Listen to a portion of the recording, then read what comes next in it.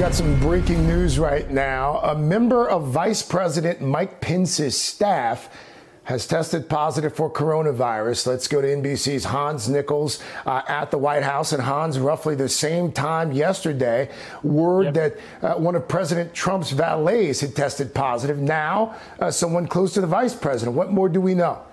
Well, we know that this person wasn't scheduled to travel with the vice president today. The vice president had his flight delayed, though, and members of the pool that always travel with him did see some staff members of the vice president leave the plane, and then the plane took off without them. But what I am told, according to a senior an administration official, is that the staffer who tested positive on the VP staff was not on the plane. Now, as you mentioned, this comes about 24 hours after we learned that the president himself, his own valet, one of a few valets that serve him in a personal capacity, tested positive. Now, the president this morning, Craig, said that the last time that he had any contact with that valet was on Tuesday, and that both he and the vice president had been tested since then and have tested negative.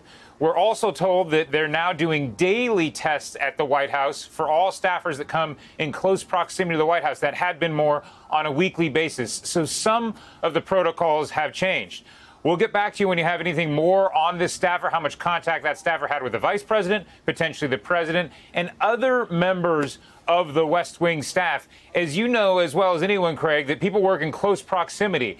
And the insight that we have into the West Wing, there's not a lot of indication that people are wearing masks inside. Now, that's not to say that some people aren't, but the visibility that we have indicates that mask wearing is not prevalent inside the White House. Craig?